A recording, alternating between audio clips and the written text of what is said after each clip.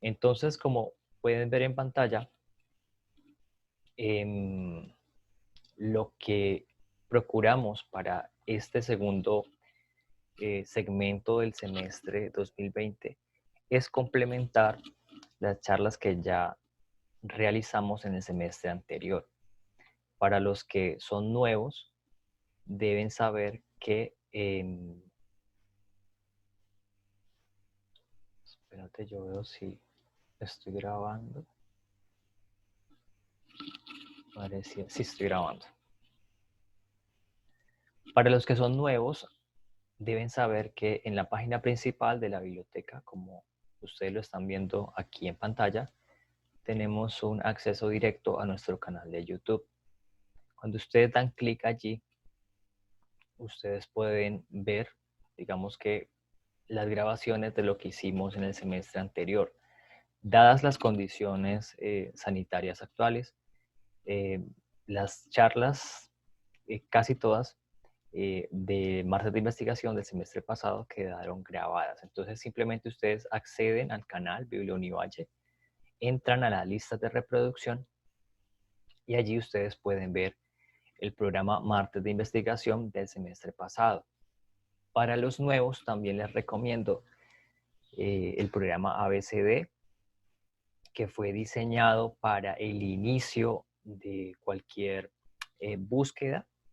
Digamos que son nociones básicas para uno ingresar a los recursos electrónicos. Entonces, este listado se lo recomiendo muchísimo para los nuevos y para los que ya, digamos que están trabajando fuerte con investigación. Aquí está todo el compendio de lo que vimos el semestre pasado. Yo soy una de las personas que no me gusta repetir contenidos. Entonces, por eso digamos que diseñamos para este segundo segmento, digamos, con las charlas que complementen estas del semestre pasado. Entonces, acá que ustedes que se van a encontrar, caja de herramientas, es decir, como el listado de recursos disponibles, mirar cómo hacer un estado del arte, digamos que de forma muy automatizada, pues más bien como mirar un panorama, definitivamente hacerse de un gestor de referencias, mirar un poco errores comunes en los procesos de búsqueda, entonces como no caer en ellos, y buenas prácticas para la publicación. Entonces, estos son, digamos que, los recursos recomendados para que ustedes le saquen un espacio. La ventaja de estos videos es que pues aquí en YouTube ustedes en configuración pueden habilitar una velocidad de reproducción mayor a la normal. Yo normalmente utilizo en videos que son muy largos, como estos que son de casi 2 horas, porque pues nuestras sesiones son de 2 horas, pues utilizo velocidad de 1.5 o velocidad de 1.25 si el expositor habla muy rápido. De tal manera que pues, yo pueda entender y pues que se agilice un poco la charla. ¿Listo? Entonces son pequeñas recomendaciones de las cosas que yo utilizo para que ustedes le saquen provecho a estas grabaciones. Entonces el día de hoy, como iniciamos ya nuestro programa, deben ustedes saber que toda la programación está disponible. Se la voy a compartir a todos en el chat. Toda la grabación está disponible en nuestra página de la biblioteca. Entonces acá tenemos, hoy vamos a iniciar el proceso investigativo y vamos a mirar algunas recomendaciones. Entre, digamos que los recursos que he revisado, quiero compartirles dos. Uno que más adelante se los presentaré, un estudiante mexicano que tiene, digamos que, unos cursos que ha diseñado sobre concentración, manejo del tiempo, y el segundo, digamos que el segundo video que les voy a compartir también es desde la línea de las humanidades, cómo empezar a, o cómo digamos que descubrir pequeños, digamos que pequeños nichos para la escritura de ensayos. Entiéndase por ensayo como la presentación, un formato básico de una presentación para una investigación académica. Entonces, y también pues voy a compartirles de mi experiencia en investigación.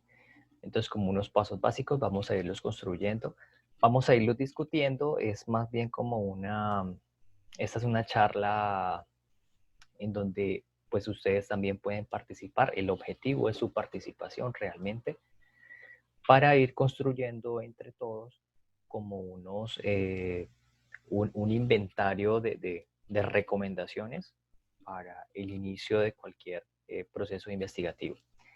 Tenemos dentro de las personas inscritas gente de la Facultad de Salud, gente de la Facultad de Humanidades. Es decir, que tenemos, ¿De ciencias? ajá, tenemos de todas las áreas, así que es posible que lo que yo estoy mencionando sí aplique para algunas y de pronto para algunas no tanto. Entonces, de acuerdo a sus intervenciones, pues podemos ir como complementando entre todas las facultades para enriquecer más esta charla. Entonces, regresando aquí a una presentación que apenas digamos que estoy construyendo, el día de hoy vamos a iniciar el proceso investigativo. Entonces yo les tengo para el día de hoy, yo creo que voy a compartirles de una vez la versión editable. Espérenme, yo comparto pantalla y también les comparto el enlace porque está en borrador. Ahí me disculpan que no me alcanzó el tiempo, pero aquí lo vamos a ir construyendo, así que no se preocupen. Entonces, vamos a compartir esta opción de acá. Listo. Les compartí en el chat el enlace y aquí voy a ir. Entonces, vamos a aumentar acá al 50. Muy bien. Bueno, entonces arranquemos desde el principio. ¿Listo? En cualquier investigación, en cualquier trabajo académico, nosotros debemos arrancar teniendo claridad sobre los requerimientos de ese trabajo. Esto es un poco obvio, pero a veces lo obviamos y ni siquiera en muchos casos no lo tenemos en cuenta. Es decir, ¿qué es lo que nosotros nos van a calificar? A veces creemos y nos quedamos solamente con el tema. A veces nos quedamos, digamos que con las ideas que nosotros queremos desarrollar en el momento de investigación, pero no nos detenemos a mirar qué es lo que realmente nos piden. Cuando uno está escribiendo un artículo, a mí me gusta mucho, digamos que este formato de presentación, porque en función de la revista donde yo voy a publicar, yo ya tengo unos límites que me define la revista, quienes son los que van a evaluar mi trabajo de investigación, para poder llevar a cabo, para poder que me acepten el manuscrito que yo envío. Entonces también para poder llevar a cabo la investigación, por supuesto. Tengo unas rúbricas, es decir, unos lineamientos con los cuales me van a evaluar mi trabajo. Esto lo debo tener presente desde el principio. Debo tener presente cuáles son las fechas límite. Debo, digamos que programarme de acuerdo a esas fechas límite y están en función. Digamos que una de las cosas muy típicas que uno cae es que uno deja todo para el final, entonces colocar fecha límite en 2 meses, entonces ya, bueno, yo empezaré en mes y medio. Y debemos empezar a trabajar diferente, debemos definir fechas límites, pero por proceso, por periodo de trabajo. Entonces, hay que tenerlas presente. Y también, desde el inicio, ustedes saber cuál es el estilo con que deben escribir o cuál es el formato, ¿listo? Que les van a exigir para presentar su investigación. Esto, digamos que tiene que ver un poco con lo que a ustedes les da el evaluador, ¿ya? Pero entonces, siguiendo dentro de la misma línea del inicio, yo pues coloqué por acá algo que se llama como el inventario. En el inventario yo defino qué tengo. Entonces aquí también ustedes pueden, digamos que organizarse. Lo que estamos aquí viendo es, digamos que un paso a paso, unas recomendaciones. Mi objetivo no es que ustedes las tengan todas y se las aprendan todas, sino que cojan pues lo que más les sirva. ¿Sí? Así que no se preocupen si hay cosas que no aplican. Pues aquí tenemos las guías del curso. Coloquémoslo completo. Las guías del curso. Dentro de los recursos que tenemos, ojalá ustedes puedan tener unas plantillas. Uno de los dolores de cabeza que tienen los estudiantes al final y que debería estar al inicio es cómo voy a presentar mi trabajo. Entonces, si ustedes desde un principio, por ejemplo, le sugirieran a su docente, a su evaluador una plantilla, ya ustedes se ahorran muchísimo tiempo solamente como en pensarse cómo lo deben presentar. ¿Listo? Bueno, también por acá, ustedes dentro de sus materiales deben saber cuáles son sus libros o cuáles son sus papers, ¿cierto? O artículos, pero que ustedes sepan que son claves en su investigación. Por supuesto también que con qué bibliotecas ustedes disponen. Ahorita con el asunto de la pandemia, nuestros recursos se han limitado a los recursos electrónicos. Pero, por ejemplo, una vez ya las bibliotecas empiecen a tener su normalidad de la presencialidad, podremos trabajar también con préstamos interbibliotecarios que nos permiten tener material de diferentes bibliotecas a nivel nacional o internacional. ¿Listo? Pero entonces hay que arrancar desde lo que uno tiene, conocer, digamos que todo lo que uno tiene a disposición, en este caso la Universidad del Valle tiene mucho material electrónico que ustedes pueden aprovechar.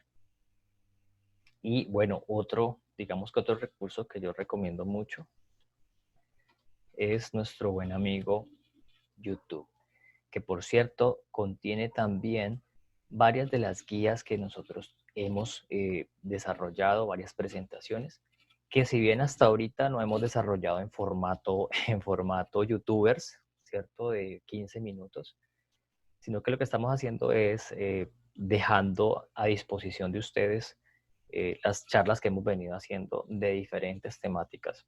¿Listo?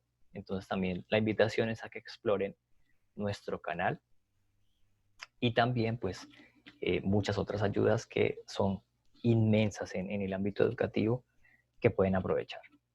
¿Listo? Y también desde este punto cero, otra recomendación es que ustedes tengan en cuenta, y esto es algo que también se obvia, son los objetivos. Los objetivos le van a definir realmente a usted, si usted tiene claridad sobre sus objetivos, es que ustedes tienen claridad sobre qué es lo que quieren, ¿cierto? Y no se trata de que ustedes inventen, idealicen qué es lo que quieren. Normalmente el estudiante lo que procura es intentar, y es digamos que un deber ser, salvar al mundo, ¿no? Con su investigación, pero a veces no nos alcanza el tiempo para salvarlo. Así que tenemos que reducirlo en función de las rúbricas de evaluación de mi investigación. Y a partir de allí, entonces yo trazo unos objetivos que quiero lograr con dicha investigación. ¿Listo? Y hay que diferenciar los objetivos del curso de los objetivos de la investigación. No los debemos confundir, ¿sí? Porque nosotros tendemos a eso, porque solamente vemos unos objetivos que son los que me demarca el profesor.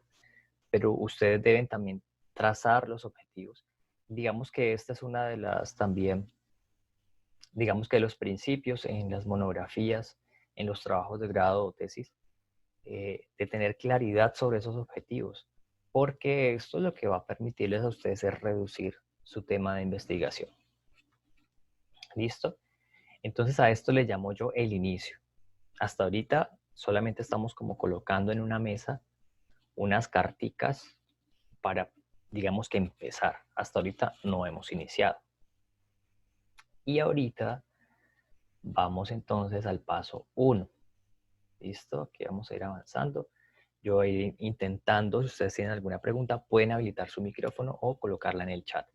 ¿Listo? Para irla, digamos que abordando en el transcurso de la sesión. Bueno, entonces el paso 1 yo le he llamado el ambiente. Listo. Ya tenemos nuestras guías, ya tenemos nuestros objetivos. Ahorita vámonos con el ambiente. Entonces para el ambiente yo le tengo acá el lugar y los horarios. Aquí esto parece también como que muy obvio, pero a veces no lo es tanto. Discúlpenme si de pronto repito muchas cosas. Carolina me pregunta sobre los tipos de formato que existen para presentar una investigación. Pues existirán todos los que, la cantidad de evaluadores tú tengas actualmente. Entonces, si estás viendo 5 cursos más trabajo de investigación, pues tendrás que conocer al menos esos 6 tipos de presentación de los informes finales. Y en el transcurso de tu vida, si estás haciendo proyectos con conciencia, si estás haciendo, vas a presentar algo, una ponencia internacional, en cada uno de los eventos te exigirán un formato de presentación de tus resultados de investigación diferentes. Así que yo creo que dar un número podría ser un poco corto. No es en función de un número ni de cómo de definir unas tipologías, que sí se puede hacer muy seguramente, sino de definir las rúbricas que te va a evaluar tu docente y también dentro de esas rúbricas unos formatos de presentación para presentar tu investigación. ¿Qué es lo que, por ejemplo, pasa con Colciencias? ¿Sí? En donde tienes un formato de proyecto y debes presentar tus hallazgos en función de, digamos que, esa lista de parámetros que te da. Entonces, volviendo a mi primer punto, en ambiente, aquí es importante tener en cuenta estos 3 puntos. Con conexión. Ahorita en estas cuestiones del teletrabajo, por ejemplo, debemos analizar un poco cómo está la conexión. Hay unos momentos en el día en donde la conexión es más limitada, pues porque se conectan de pronto más dispositivos o porque se congestiona la red, qué sé yo. Entonces ustedes pueden definir también un lugar que es, por ejemplo, el más cercano al enrutador, ¿cierto? Al router. O también en tiempo, un horario en donde tengas de pronto un mayor ancho de banda, si lo que necesitas es, por ejemplo, conectarte a consultar y a descargar o a utilizar herramientas en línea. ¿Listo? Entonces hay que tener presente la conexión. Concentración. Ustedes tienen que analizar cuáles son los tiempos en que ustedes se concentran mejor. Hay personas que se concentran mejor en la mañana, hay otras que se concentran mejor en la noche. Entonces, de acuerdo a ustedes a eso, ustedes lo que van a definir es, digamos que, a maximizar su productividad, ¿ya? Entonces, ya sabemos que después del almuerzo, pues es poco recomendable uno ponerse a hacer trabajos que requieran memorización, por ejemplo. Ya uno lo que hace son trabajos que requieran manualidad o que requieran un trabajo diferente, en donde podamos trabajar con nuestro piloto automático. Pero ya de concentración definimos otros horarios, por ejemplo. ¿Sí? Esto lo definen ustedes. Digamos que allí hay varias recomendaciones, independiente del tipo de, digamos que, de estudio que uno tenga, ya sea para un examen, ya sea para un ensayo o ya sea para una monografía. Es importante dentro de las recomendaciones que brindó aquí el youtuber, que por cierto, digamos que uno de los que yo más consulto porque voy a compartirles mejor es la editable. Me parece que habla, digamos que de una forma muy sencilla y muy práctica, por cierto, lo que es el proceso de concentración. Dentro de las recomendaciones que él hacía para la concentración era solamente dedicarte a hacer una sola actividad, es decir, a enfocarte a lograr un objetivo a la vez. Es decir, por eso es que vamos a ir a este segundo momento del orden, porque es que el objetivo es que tú no eh, vayas detrás como de todo lo que compone la investigación, sino que dividas en pequeños objetivos, en objetivos específicos a lo largo del tiempo, que es a través de un cronograma de trabajo, que es lo mejor que tú puedes hacer. Y de esta manera ya tú te concentras en ese pequeño objetivo y no en el objetivo global. Es decir, te concentras en la tarea. ¿Listo? Y para ello, una de las recomendaciones importantes es utilizar intervalos de tiempo de, digamos que entre 30 y 60 minutos. Para mí fue maravilloso descubrir el botón modo avión del teléfono. Y es que en los momentos, en los intervalos donde yo requiero mayor concentración, yo habilito esa opción. O sea, yo ya sé y mi subconsciente sabe que no me puede entrar ninguna llamada. Bueno, a menos de que estés esperando dicha llamada, ¿sí? Entonces, si no tienes ninguna urgencia, tú activas el modo avión y colocas entonces una alarma que te dé entre 30 y 60 minutos para que tú te concentres en esa tarea. Por ejemplo, hay aplicaciones que tú puedes instalar en tu teléfono que te facilita ese proceso. Hay una que se llama Forest, eh, bosque traducido al inglés, que a mí me gusta utilizar porque yo le habilito, por ejemplo, un intervalo de tiempo y le digo que me coloque musiquita eh, ambiental en ese intervalo. Y yo ya sé que cuando termina la música es porque el tiempo ha terminado. Bueno, y existirán muchas otras aplicaciones que ustedes puedan hacer uso. El objetivo es que ustedes puedan separar estos espacios de concentración para que les rinda más el tiempo. ¿Listo? Juan me pregunta sobre la grabación de esta sesión. Va a estar disponible en el canal de YouTube de la biblioteca. ¿Listo? Muy seguramente lo que voy a hacer es cortar algunas partes de los videitos, porque pues como se dejará en la descripción los videos que son públicos en YouTube, para solamente dejar lo que respecta a lo que hemos visto en contenidos. Listo. Entonces, ahora sí pasamos a la fase del orden. Vamos a aumentar aquí. Quitemos estos elementos. Y aquí ya estamos en el orden. No importa usted qué tan bueno sea en cualquier actividad o en cualquier tarea o qué virtudes tú tengas, si no tienes orden, ya sea para cuestiones académicas, ya sea para tu vida misma. ¿Listo? Entonces, tú puedes, digamos que hacer cosas de forma desordenada, pero para tú lograr, digamos que una mayor eficiencia en una actividad académica, lo más importante es que tú tengas un orden, que tú sepas cuál es tu norte, tú tengas una dirección. Entonces, para ello, es importante que tú sepas cómo vas a archivar tus documentos. Digamos que lo más importante van a ser tus fuentes, ¿sí?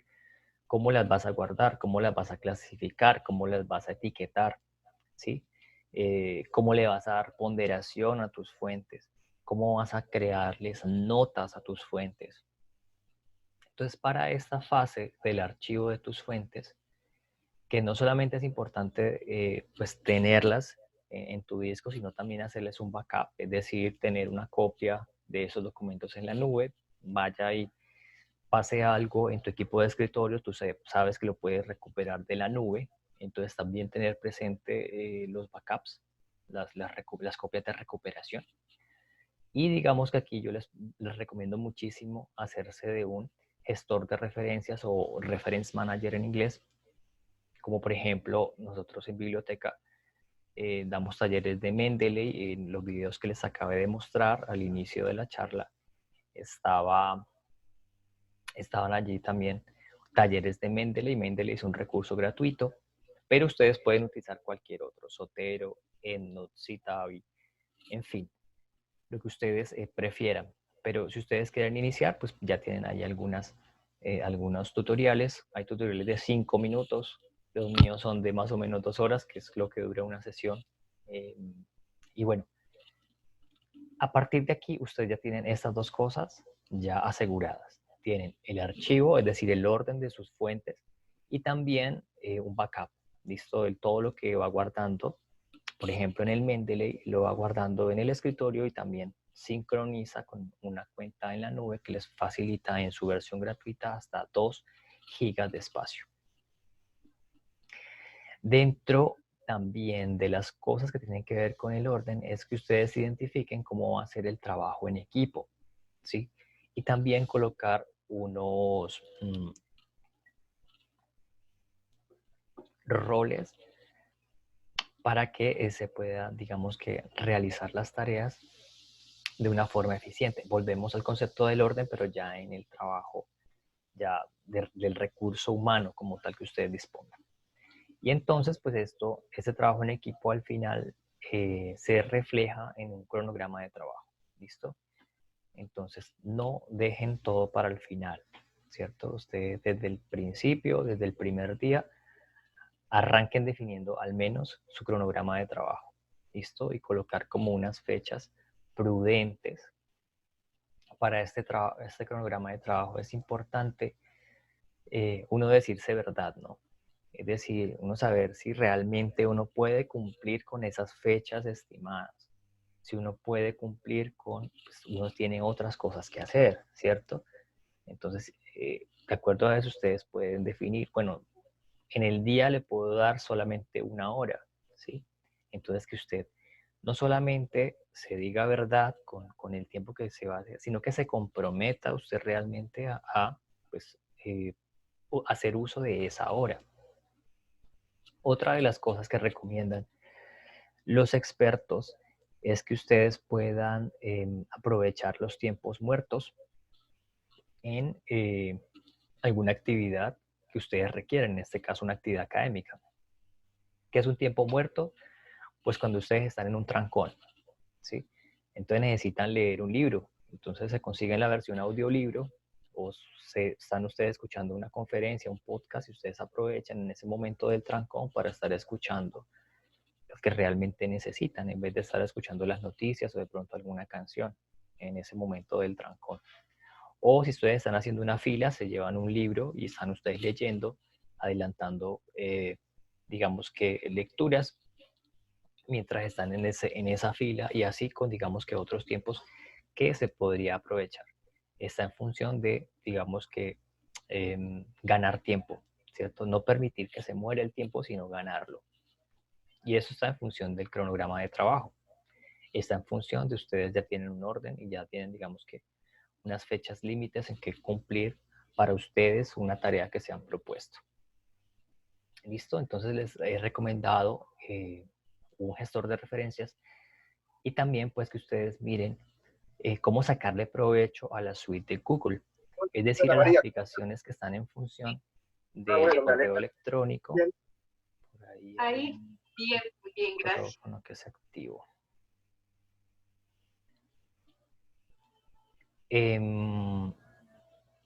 Por ejemplo, en Google ustedes tienen...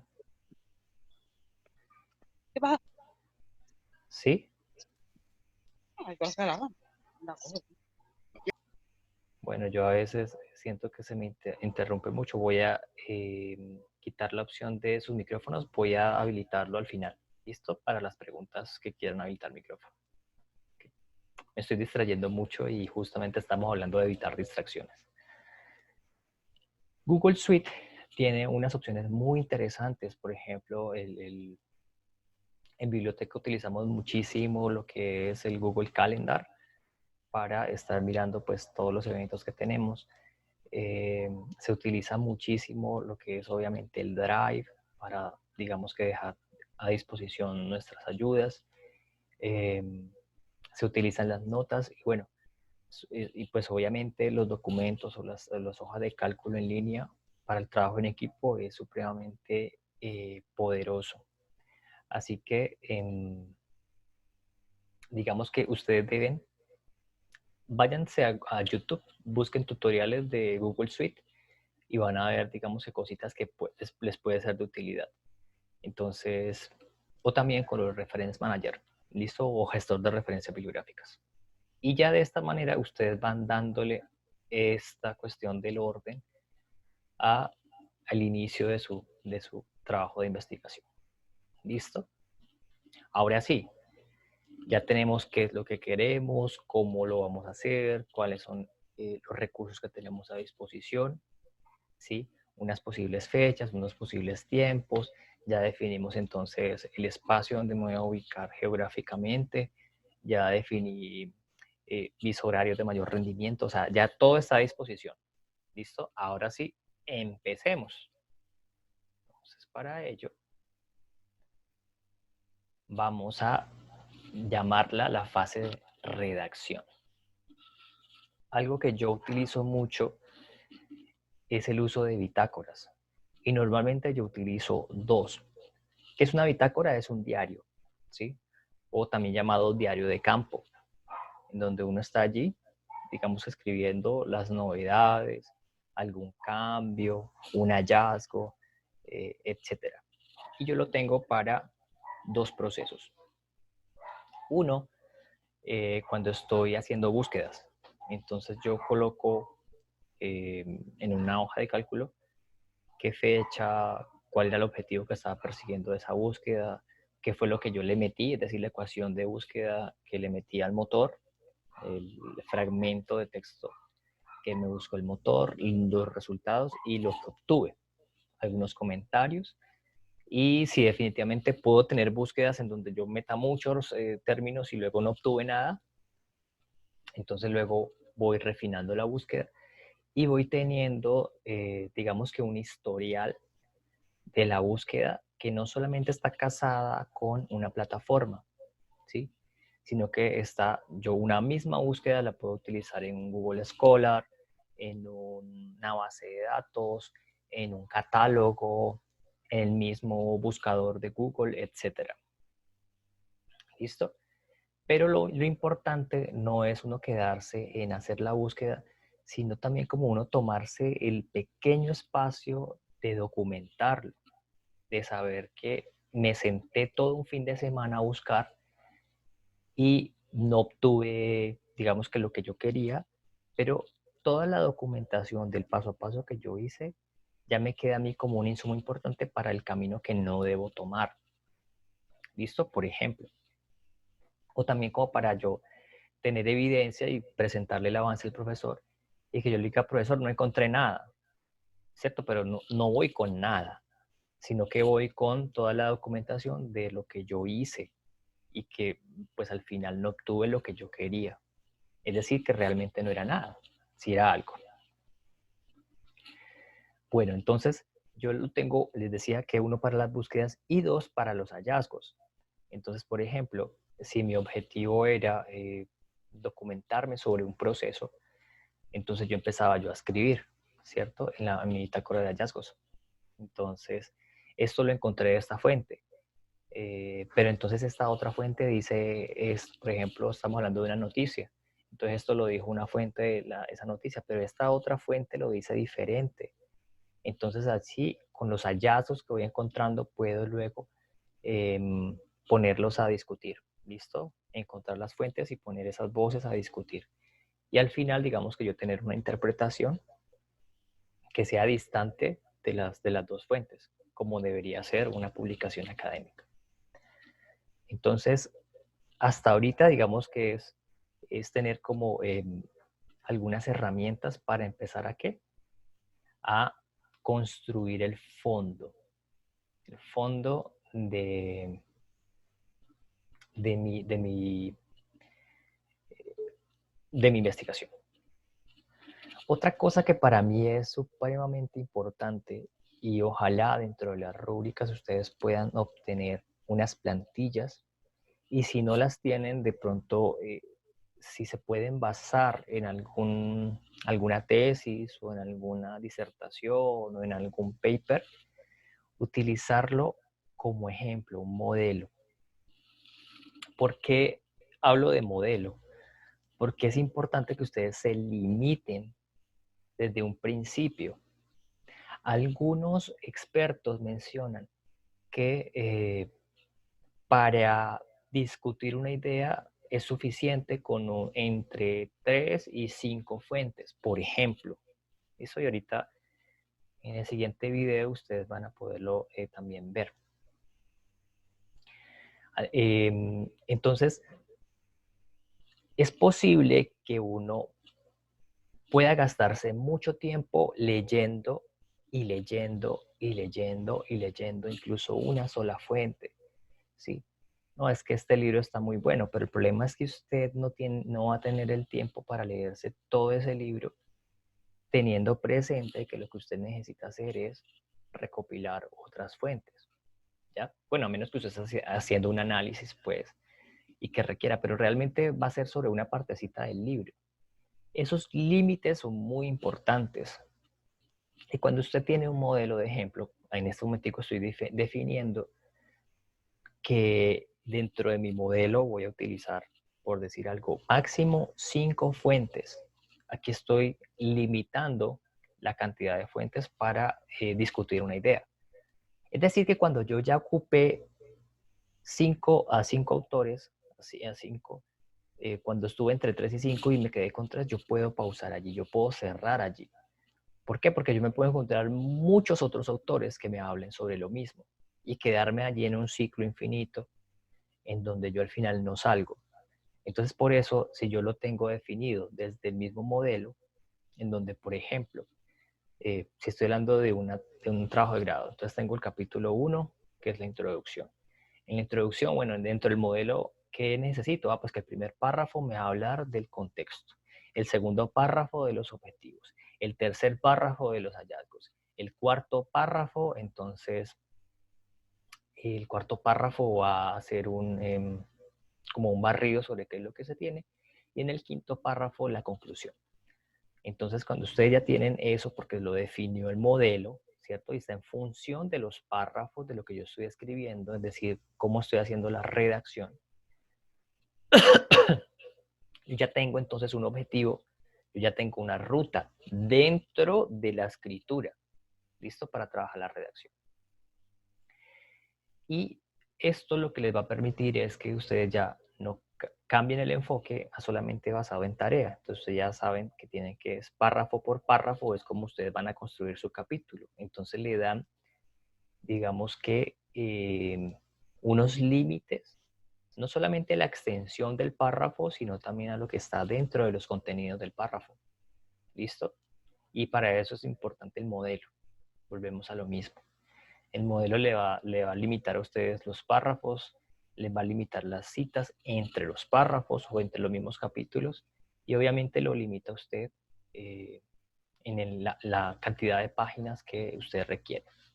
Si usted está haciendo un ensayo y ese ensayo es de máximo, le dan un máximo de 10 páginas, incluyendo las referencias bibliográficas, entonces usted, allí lo que usted debe hacer es saber que ya usted no cuenta con 10 páginas, sino que usted contará con, y si tiene que incluir portada, entonces ya no son 10, sino que que le quita la de la portada, le quita la del índice, le quita la de las referencias, entonces ya usted no tiene 10, sino que tiene 7. Entonces usted de esta forma, en función de los límites, ¿cierto? Usted estructura lo que usted necesita trabajar, ¿vale? Aquí es importante, cuando yo ya estoy hablando de redacción para las personas que están trabajando en grupo, una recomendación personal es que solamente una persona redacte, ¿ya? Es decir, que si, bueno, de pronto es demasiado trabajo y esa persona no le alcanza el tiempo, que esa persona defina los parámetros de estilo con que los otros deben redactar. Es decir, no dejarle al resto del grupo autonomía en que escriban como usted le da la gana, no. Es en función de la persona que va a definir el estilo. Eso es muy importante. Si se puede que una sola persona redacte el documento, entonces sería fantástico, porque se da con mucha frecuencia un conjunto de retazos en donde se ven los cambios abruptos de estilo. Y eso para cualquier evaluador, o por ejemplo para un lector cualquiera que no está evaluando, es un poco agresivo, es un distractor encontrarse con diferentes estilos de escritura. Correcto, como dice María Fernanda, un estilo de redacción unificado. Sí, eso es clave. ¿Por qué? Porque es que al final, cuando uno escribe, uno le escribe a un lector final. ¿Sí? Uno no le está escribiendo eh, un documento solamente al profesor. Bueno, a menos que, bueno, sea exclusivo para el profesor y entonces ya uno también cambia el estilo.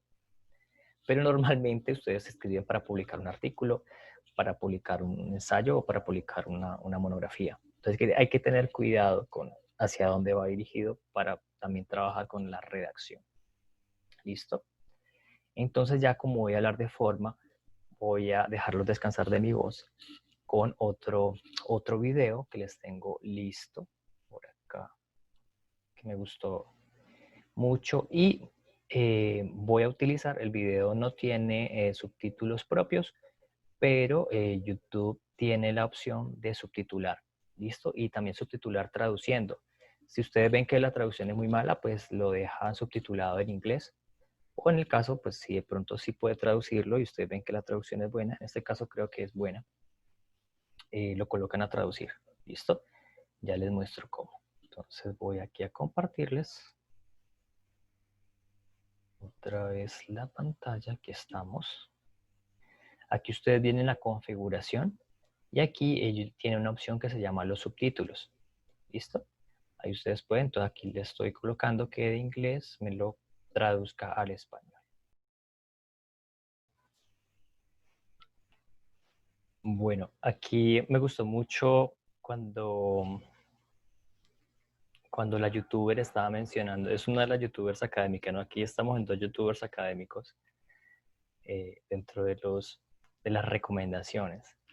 Y digamos que entre las cosas que a mí me gustó mucho de ella era decir que cuando ustedes, digamos que se la pasaban leyendo mucho las mismas fuentes o se quedaban leyendo mucho una sola fuente, ya se convertía eso en un saboteo, en un autosaboteo. Y es muy interesante porque digamos que para ustedes, como están leyendo, ¿cierto? Están en el proceso de lectura, ustedes dicen, no, es que pues estoy leyendo y estoy metido en mi cuento, pero el problema es que realmente uno poco a poco se puede perder y perder el enfoque, pero si tú no tienes los límites colocados desde el inicio, como lo que mencionábamos, la cantidad de citas que uno coloca, pues entonces no tienes ese enfoque.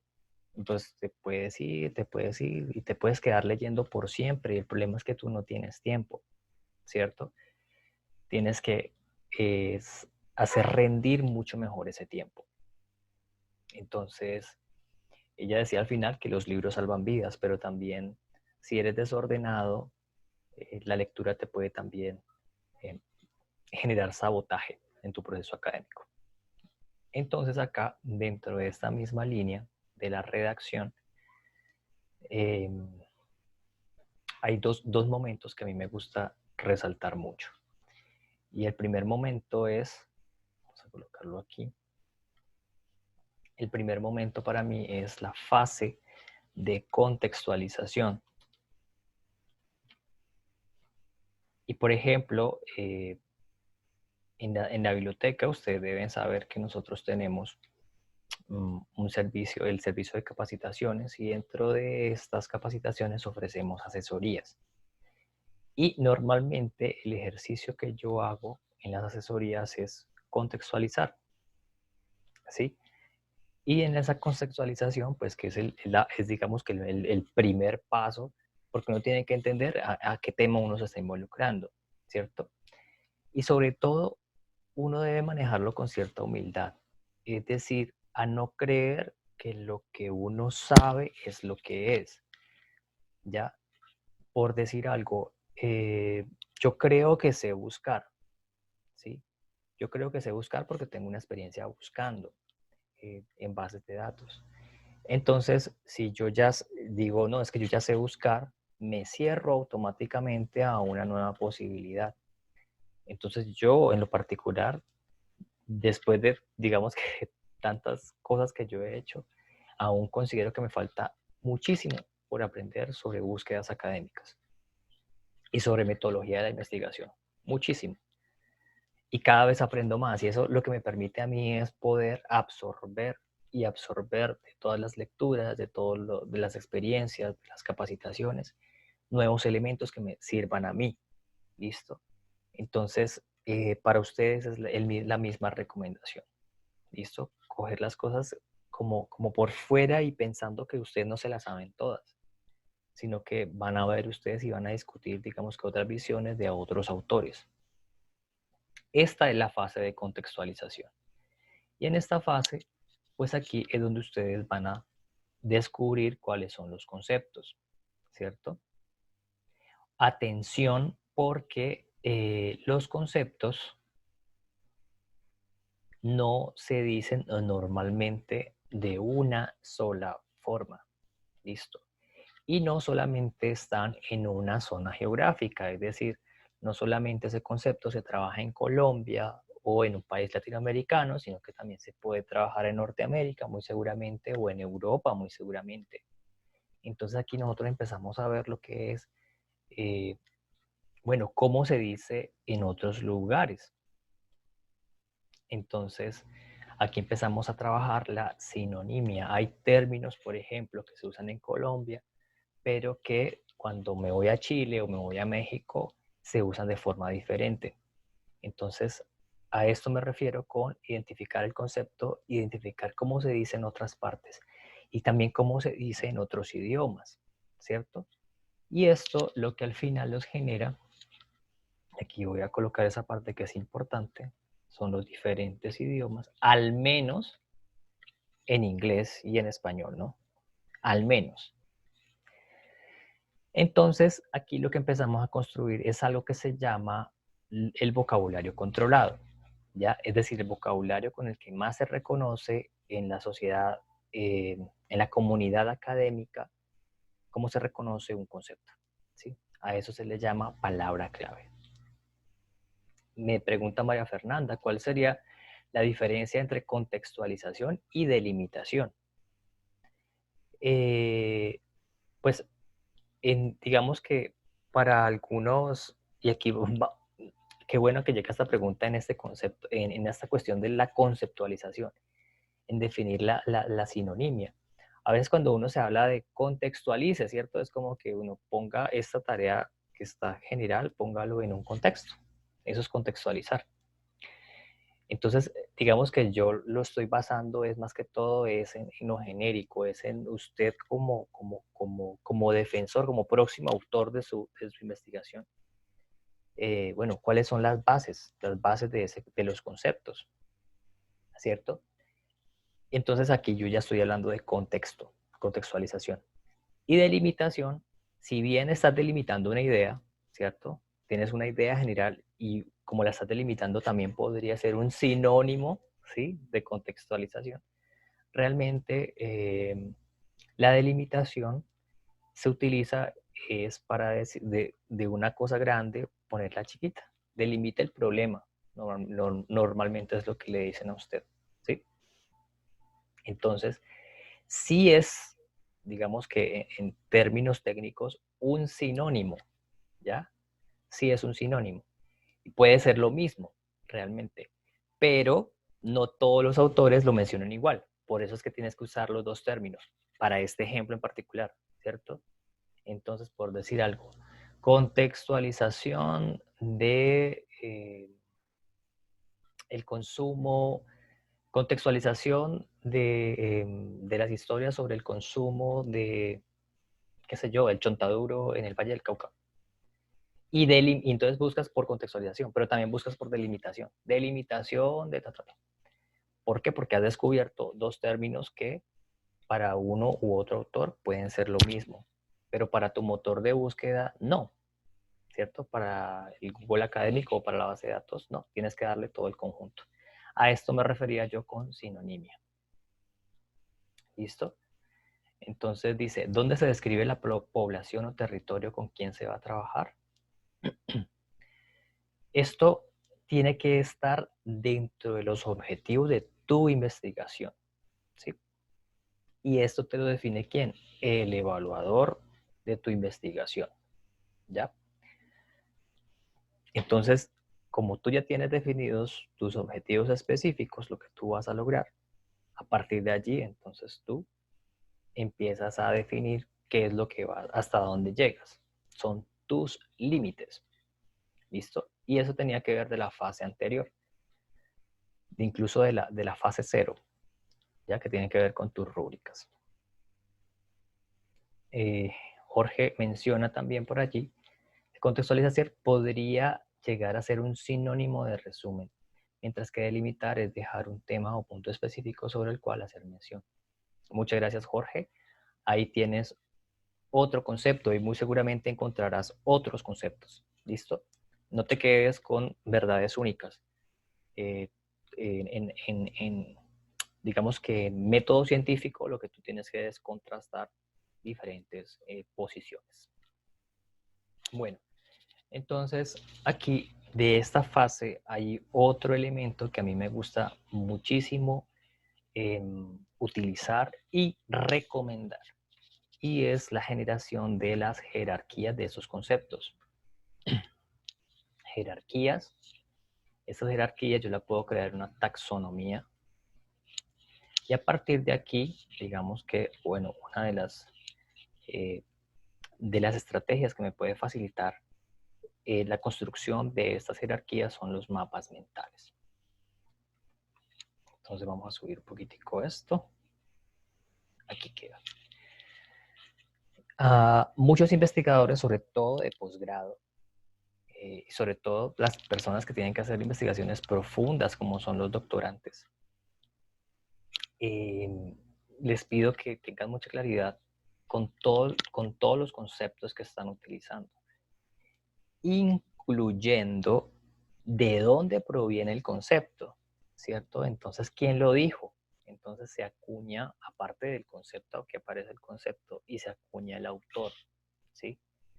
Entonces resulta que este término lo mencionó este autor de esta forma, y este otro autor lo mencionó de esta otra forma, y este otro autor lo mencionó, o estos otros autores lo mencionan de esta otra forma. Entonces tienes control no solamente sobre las diferencias, sino sobre quiénes las dijeron. Porque en el momento en que tú ya empiezas a redactar, entonces tú ya los mencionas con nombre propio. ¿Listo? Entonces esto es clave, que tú tengas un mapa mental, porque como su nombre lo indica, es un mapa que te va a permitir navegar entre los conceptos que tú tienes, ¿sí? Y es clave, fundamental y súper sencillo. ¿Listo? Ustedes entran a Google, buscan cómo hacer mapas mentales y encontrarán cualquier cantidad de técnicas. ¿Listo?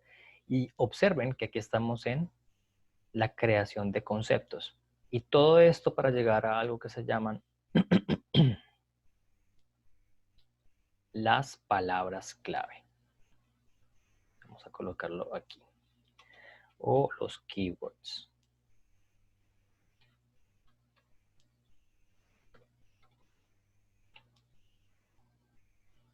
Nosotros en biblioteca hablamos con las bases de datos a través de esto. Entonces, cuando nos piden una asesoría para buscar una información, le decimos a los estudiantes, regáleme cuáles son las palabras clave o los keywords, ¿cierto? Y a partir de allí empezamos a hacer búsquedas. Y es muy común encontrarse con muy poquitos keywords, ¿sí? ¿Por qué? Porque no se ha hecho este proceso de sinonimia. Y pues en el proceso, obviamente, pues nosotros vamos mostrando a los estudiantes cómo los pueden ir obteniendo, los mismos artículos, les empiezan a dar nuevos términos que al final ustedes los van adhiriendo a sus nuevas búsquedas. Es decir, que ustedes van eh, recolectando palabras claves para luego fortalecer esta fase más que todo yo le llamo la sinonimia, ¿sí? Y de esta forma pues van enriqueciendo también su mapa mental. Y aquí ustedes ya tienen, digamos que un avance grandísimo para ustedes iniciar búsquedas en cualquier base de datos, en cualquier recurso. ¿Listo? Y bueno, una de, digamos que de las recomendaciones también que yo les puedo hacer con respecto a la redacción es que ustedes también puedan ver, le llamo yo el panorama investigativo.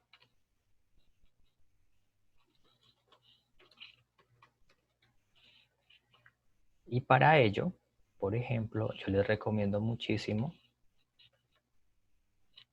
una herramienta libre que se llama wisdom.ai. Aquí, digamos que una precondición para utilizar este recurso es que ustedes, vamos a capturar la pantallita, es que ustedes puedan, bueno, que ustedes tengan claridad sobre el tema ya como tal, el tema existente como tal. Yo voy a colocar este. Existen otros recursos, otras herramientas. Para ello les sugiero que consulten en los videos de la biblioteca el cómo hacer un estado del arte en pocos clics. Y aquí aparece este recurso que se llama Wisdom. Vamos a darlo aquí centradito. Y ustedes cuando ya tienen claridad sobre un tema en particular, sobre un tópico, él les va a buscar sobre dicho tópico. ¿Listo? Entonces, por ejemplo, vamos a ver. Aquí tengo un tópico, ¿cierto? Entonces me dice que lo encontró como un tópico. Es decir, un término controlado. Es decir, que así se conoce para la comunidad académica. Y lo que me va a mostrar es un panorama, ojo, él me va a mostrar dentro de, sin colocar ecuaciones sofisticadas, sino simplemente mencionando el término, él me va a decir, mire, de este tema hay casi 20.000 publicaciones. Se ha invertido más de 780, estos son millones de dólares.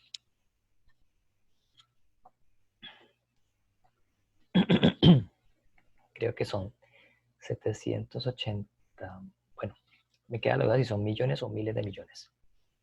Y hay alrededor de más de 75.000 autores. Aquí en azul me muestra, discúlpenme la voz.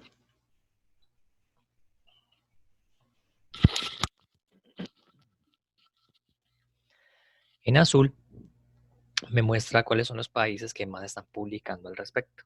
Estados Unidos ha crecido mucho en investigaciones en el tema y por supuesto de segundo está China, ¿cierto? Aparecen quiénes son los investigadores que más han trabajado al respecto, que más publicaciones tienen y también las instituciones que más se destacan con respecto a las publicaciones de este tipo. ¿Recuerdan cuando hablábamos de la sinonimia? Aquí entonces hay, digamos que dentro del término de la búsqueda coronavirus también se pueden encontrar unas búsquedas relacionadas con otros tipos, ¿no? Entonces aquí empezamos a ver cómo se relaciona,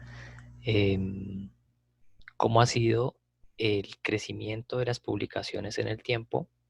Observen que entonces aquí hay un pico alto, por supuesto, 2019-2020, pero entonces, ¿qué se investigó hacia atrás? Porque recordemos que, digamos que este tema entró, digamos que en furor porque empezó ya a afectar, ¿cierto?, a los humanos. Pero antes, digamos que con el SARS, digamos que se hacían otro tipo de experimentos porque era un virus que, digamos que afectaba a otros tipos de especies.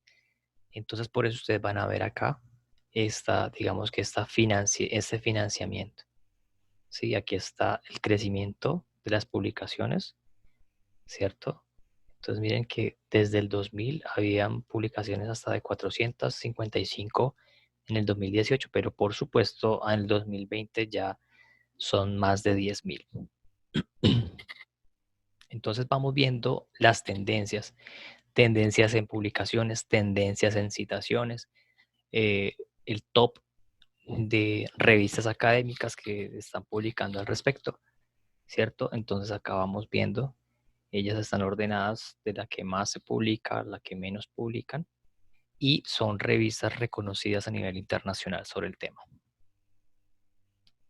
Otra de las, digamos que las cosas que utilizamos mucho en biblioteca es mirar quiénes son los publicadores, es decir, las casas editoriales que respaldan la información. Entonces, por ejemplo, tenemos el Sevier, una de las bases de datos que más consultan nuestros estudiantes en biblioteca se llama Science Direct, que pues hace parte de esta editorial, seguida por Springer, seguida por Wiley, que son bases de datos también que tenemos suscritas. Entonces, observen que aquí también ustedes pueden ver, digamos que un nicho de información clave para sus investigaciones, para empezar a hacer búsquedas. Les contaba que una recomendación era identificar cuáles son las palabras claves y colocar una bitácora de búsquedas. Entonces ustedes dicen, voy a hacer mi búsqueda en la editorial Sevier, luego haré mi búsqueda en Springer, luego haré mi búsqueda en Wiley y voy a tener diferentes resultados incluso desde la misma búsqueda. Lina me dice, el panorama es independiente del idioma. Bueno, normalmente las herramientas que te van a ayudar para hacer panoramas te van a utilizar idioma inglés, ¿sí? Porque pues es el idioma, digamos que de la ciencia actualmente.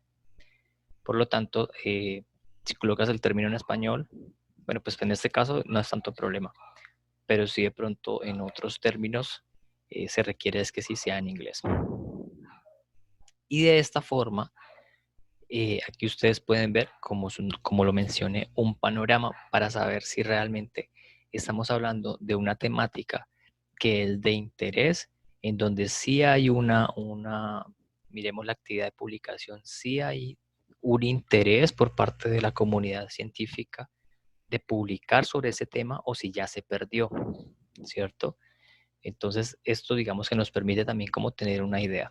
Herramientas están Wisdom, están el Web of Science, Scopus, para los del área de la salud en Base, que tenemos en este momento acceso.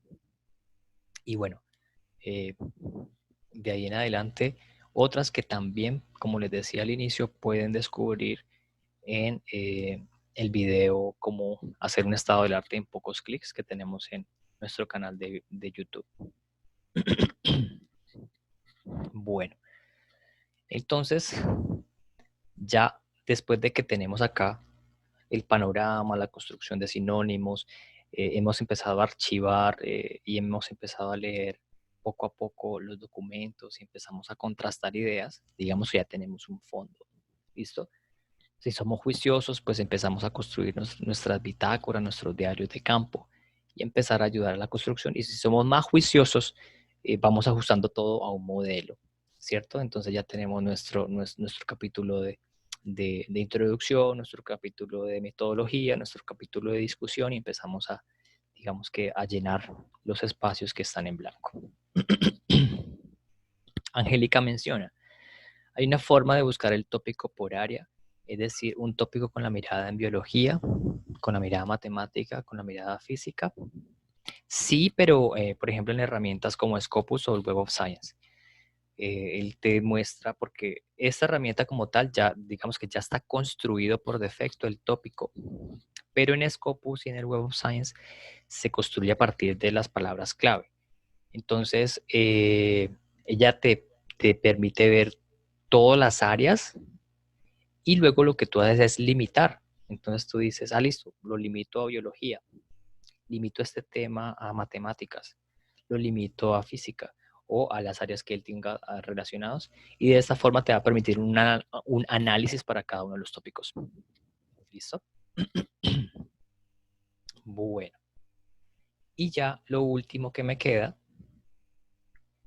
ojo, porque este punto 3 es el más crítico, ¿no? Este punto 3 es el fondo. Ahora nos vamos con la forma. Si bien ustedes pueden, desde un principio, si tienen una plantilla, pues trabajar con la forma.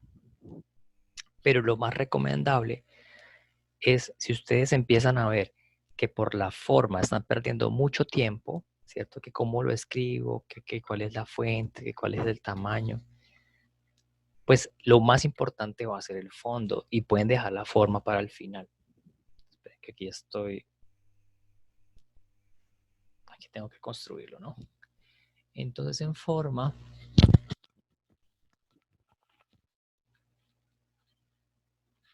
decía que es para el final, pues en la forma ustedes definen pues el editor de texto, qué es lo que ustedes van a utilizar, si van a utilizar LaTeX, si van a utilizar un documento compartido, si van a utilizar simplemente un Word. Deben ustedes saber que pueden generar citas y referencias de forma automatizada. Esto lo genera el gestor de referencias. No solamente les va a permitir tener control sobre las fuentes que tienen, sino que además les puede generar esto de forma automática, ¿sí? Un solo clic les genera toda la referencia. Entonces, para que también los aprovechen para esta cuestión de darle formato a sus fuentes. Pues todo lo que tiene que ver con portadas, ¿cierto? Índices, paginación, tablas, figuras. Digamos que ya esto se puede utilizar al final, ¿cierto? Porque hay una costumbre que uno tiene de uno, digamos, que limitarse en la forma. Entonces, más que todo, yo no me limito en la forma, sino en las exigencias del modelo. Y ya después le aplico una forma, ¿sí? Digamos que es mi recomendación. Porque ustedes pueden perder tiempo innecesario creyendo cómo hacer una portada, un índice y después eh, de pronto el director les dice, miren, ajustense a este nuevo formato y pues se perdió ese otro tiempo. O puede uno decir, bueno, sí, se aprovechó, pero ustedes, la recomendación es que dejen la forma para el final. Sí se ajusten a un modelo y pueden, digamos que, tener allí, digamos que unos, por decir, que se ganen algunos segundos construyendo con un estilo de fuente o con un espaciado. Pero pues la forma ya déjenlo para el final. Y pues también en la forma, pues cuando uno está hablando de forma, pues uno también debe saber que pues existe software especial, ¿no? El SPSS, el MATLAB, ahorita que lo están promocionando y etcétera. Entonces se pueden encontrar con diferentes, digamos que herramientas que les pueden ser de utilidad, ya sea para sus gráficos, ya sea para sus tablas, ya sea para los datos analizados, qué sé yo. ¿Listo? Entonces hasta aquí, digamos que ya casi que lo tenemos ya listo, ¿cierto? En función de los requerimientos iniciales. Y vamos a pasar ya al último pasito, que es el que estamos promocionando desde hace como, qué sé yo, como un mes en la biblioteca. Pero antes de pasar a él, leo la pregunta de Daniel. Me dice, ¿qué recomiendas para trabajar Word o Overleaf? Bueno, pues depende del alcance que tenga tu investigación. pues si yo estoy haciendo un taller que pues de pronto es un ensayo, donde, y si yo digamos que ya me siento mucho mejor trabajando en una herramienta, pues lo trabajaré en dicha herramienta. Si el profesor me da a mí a escoger, pues yo escojo la herramienta en la cual me sienta más cómodo. Pero si yo al final, por ejemplo, descubro que la herramienta que yo me siento más cómodo realmente no tiene el alcance que si tiene otra como un Overleaf que trabaja sobre látex, pues entonces yo creo que es una decisión ya personal, en donde yo veo los pros y los contras de una aplicación. Pero vuelvo a lo mismo, mira que hablar del editor, mira que yo no lo puse en la fase cero, ¿sí ves? Por eso lo puse en la fase 4, en la fase de forma. Si finalmente me dicen, no, vea, pase todo eso a látex, entonces yo simplemente, como yo ya sé que es una cuestión de forma, pues simplemente voy al Overleaf, descargo una plantilla o si el profesor me puede facilitar una plantilla y lo que hago es solo enfocarme en la forma. Y de esta manera, digamos que yo ya le digo a mi cerebro, mire, es que ya ahorita lo que estamos es en este otro, como que el estucado. Estoy en obra gris y ya tengo que empezar a hacer como otras tareas de carpintería alejadas de lo que ya es el fondo. Listo, entonces, no sé, yo recomiendo es que trabajen en la herramienta que se sientan más a gusto. Si Brian dice que la automatización de referencias se hace más fácil en Overleaf, y en Word también se hace muy sencillo cuando tú instalas un plugin, por ejemplo, para Mendeley, para EndNote o para Zotero, también lo puedes hacer de forma automatizada, un gestor de referencias, también desde Word, por ejemplo. Dice Angélica, para los que quisieran trabajar en LaTeX está la opción de Leaks, donde se trabaja sobre LaTeX. Es parecido a un Word y para las referencias se puede usar el BibTeX. Muchas gracias, Angélica. Bueno, entonces les decía que tengo mi último consejo, ya como para pasar a una fase de preguntas.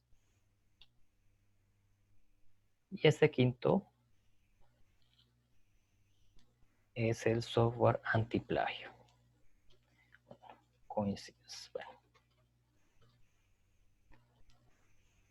coloquémoslo completo.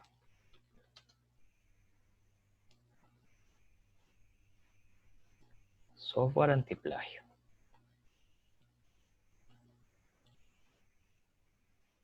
Listo. Y para ello, les recomiendo que estén pendientes de la información que da la biblioteca. Vamos a ver si puedo acceder acá.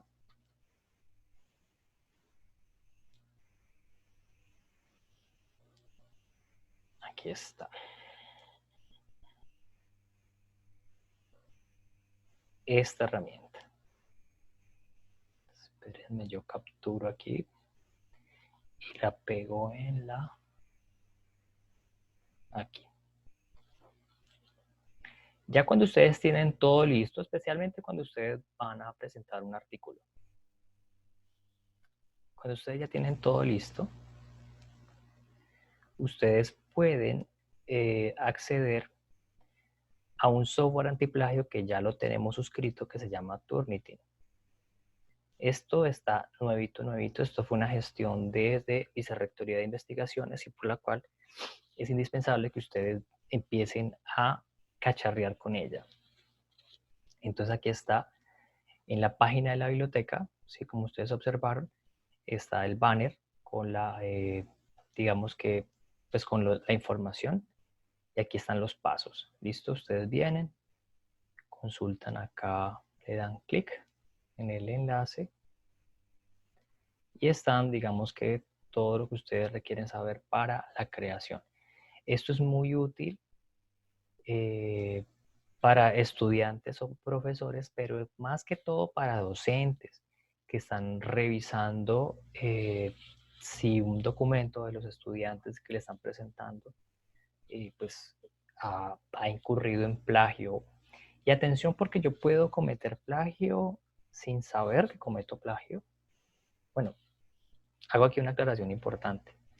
Y es que, bueno, el término plagio no está definido dentro de la jurisdicción, no hace parte de nuestra jurisdicción nacional, ¿sí? Por eso, digamos que aquí lo que se habla digamos que ya un término más técnico y el que realmente trabaja este software es el término de las coincidencias. O sea, qué tanto texto de lo que usted tiene en su trabajo coincide con el texto original en las fuentes que incluso usted haya citado. Este tema de las coincidencias de este software también lo hemos discutido, también está en nuestro canal de la biblioteca. Hemos llamado a la charla así, mi tesis es un plagio, y hemos, digamos, conversado desde diferentes enfoques al respecto. Entonces, digamos que los invito también a que revisen ese video para que se hagan una idea y, bueno, puedan sacarle mayor provecho a este software Turnitin, que por cierto no es barato y es uno de los reconocidos como más fuertes a nivel internacional. Así es uno de los más populares en este ámbito. Entonces aquí están los pasos para que ustedes, digamos, que hagan uso de. Y por supuesto, aquí tienen ustedes un correo de contacto donde pueden hacer muchas más preguntas. ¿Listo? Esto es, digamos, que es una de las suscripciones más esperadas durante varios meses por parte de los investigadores de Univalle. Entonces allí ya ustedes pueden tener mayor información. ¿Y cómo funciona? Me preguntan por ahí, José Luis. Es supremamente sencillo. Lo único que hace es que ustedes suben el trabajo que quieren verificar y ahí les dicen, mire, le encontré un porcentaje del, qué sé yo, 40% de las coincidencias. Es decir, 40% del contenido que está en el trabajo eh, se coincide con las fuentes, que así usted las haya citado, digamos que él se las va a seleccionar y se las va a colocar. Y eso es lo que le permite a ustedes identificar si realmente usted pues ha aportado más de su trabajo a lo que está discutiendo o si lo que realmente aportó más fueron las fuentes externas. En alguna ocasión, algún docente decía que le gustaba pasar por Turnitin los trabajos de sus estudiantes y les enviaba el reporte que daba la plataforma a los estudiantes para decirles, miren, muchachos, ustedes han utilizado, sí, citaron muy bien, citaron a una fuente, pero miren, ustedes utilizaron toda una página de la misma fuente. Entonces observemos el video de la youtuber académica, que decía que no se trataba de utilizar una sola fuente, como que quedarse en esa sola fuente, porque dónde está su posición frente a la fuente, ¿ya? Entonces aquí estamos hablando de redacción y estamos hablando un poco como de usted cómo está discutiendo estos temas. Entonces, Turnitin no le hace todo ese análisis. Turnitin le dice, mire, usted coincidió y resulta que él le marcó y le subraya, ¿sí? Le resalta que usted toda una página de una fuente tal la puso, así usted la haya citado, usted la puso en su trabajo. Entonces realmente toda una página vale la pena que usted la transcriba tal cual del otro trabajo, sabiendo que le va a consumir espacio que usted debería aprovechar con sus ideas. Entonces digamos que allí este juego vuelvo al punto de redacción, es importante, porque aquí cuando yo ya sé que no debo utilizar, porque es un poco más el estilo copiar y pegar, ¿cierto? Ah, no, pero es que estoy citando. No, no se trata de uno utilizar excusas, simplemente se trata de que usted tiene que citar es la idea, ¿sí? Y sacar las ideas principales de un documento y ya colocarlas en su informe y seguir y continuar con otras fuentes. Y de esta manera usted no solamente le queda mejor escrito su documento, su investigación, sino que también se libera de esta carga que es las coincidencias entre su trabajo y las fuentes de otros. En resumen, se trata de que su trabajo sea original, es decir, que lo suyo realmente es suyo. Y si usted hizo un artículo de revisión, pues mire usted cómo las compila y entonces usted utiliza un modelo, ¿cierto? Otros artículos de revisión en donde usted mira cómo ellos hacen ese proceso de redacción y por eso usted se basa. Por eso miren lo importante que es definir desde el principio cuáles son los requerimientos, cuáles son las rúbricas para usted empezar a investigar. Entonces, de esta forma, Vamos acá. Ya de esta forma. Y este es el quinto, ¿no? Y ya de esta forma, digamos que ya puedo ir, digamos que concluyendo estos primeros consejos para el inicio. Pasé, digamos que por varias etapas para darles recomendaciones de expertos y también pues las que yo he aplicado en investigación. Y me preguntan sobre el porcentaje que se considera plagio, pues no sé, eso ya está en función de cómo se hace la interpretación. Por ejemplo, tú puedes tener un porcentaje del 50%, pero resulta que fue un 50% que has distribuido de una manera muy estratégica, ¿ya? En donde citaste bien, en donde todo tu párrafo no fue completo de todas las fuentes que citaste, sino que tuviste partes tuyas, partes de diferentes fuentes. Y entonces hiciste una correcta citación de las fuentes. Luego, ese 50% realmente no dice nada. Entonces yo creo que es una cuestión más de interpretación y no tanto de los números, sino de cómo están distribuidos dentro del trabajo. Bueno, entonces voy a habilitarles sus micrófonos por si quieren, aquí participantes, si quieren hacer una pregunta por micrófono. Voy a compartirles también la asistencia que por ahí me están preguntando para hacerles llegar a través de los datos que ustedes registren, hacerles llegar las memorias, ¿listo? Hacerles llegar la presentación, el video y por supuesto los otros videos que quedaron en el chat, ¿listo? Entonces quedo atento a sus preguntas. Nos quedan 8 minutos. Buenas tardes. No, buenos días. Buenos ¿Me días, logran José escuchar Luis. bien? Sí. Mi nombre es José Rentería. Yo soy estudiante de la Universidad del Valle C Pacífico, del programa Logística Portuaria, cuarto semestre. Quisiera saber, en la base de datos que tiene la universidad, que es muy buena, ¿dónde yo podría encontrar las tesis que han hecho nuestros compañeros de comercio exterior de la siguiente sede?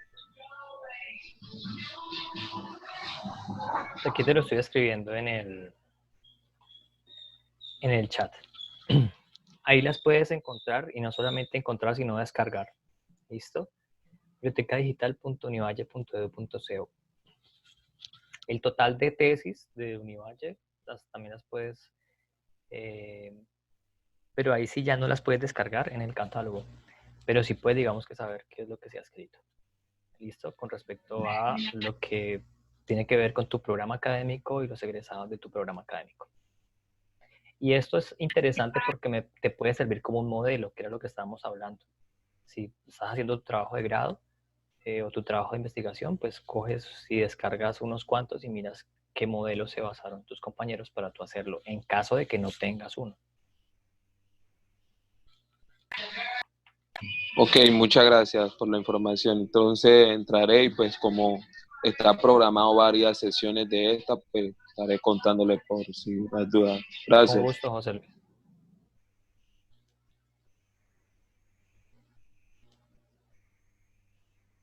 Bueno, entonces, si no hay más preguntas, les agradezco muchísimo su atención.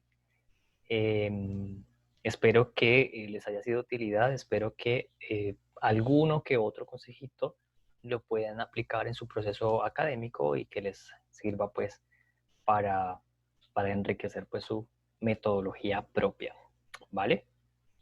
Que estén muy bien, feliz almuerzo y cualquier cosa nos pueden escribir a capacitación.biblioteca@correunivalle.edu.co con las dudas que ustedes tengan. Yo las memorias espero, si no alcanzo a enviárselas hoy en la tarde, pues mañana en la mañana ustedes ya tendrán acceso. Y en el canal de YouTube, la ventaja es que si ustedes están suscritos, pues les llega la notificación, ¿cierto? Entonces ustedes activan campanita y se suscriben para que pues tengan las primicias de no solamente esta capacitación, sino todas las que estemos ofreciendo en el transcurso del año, ¿vale?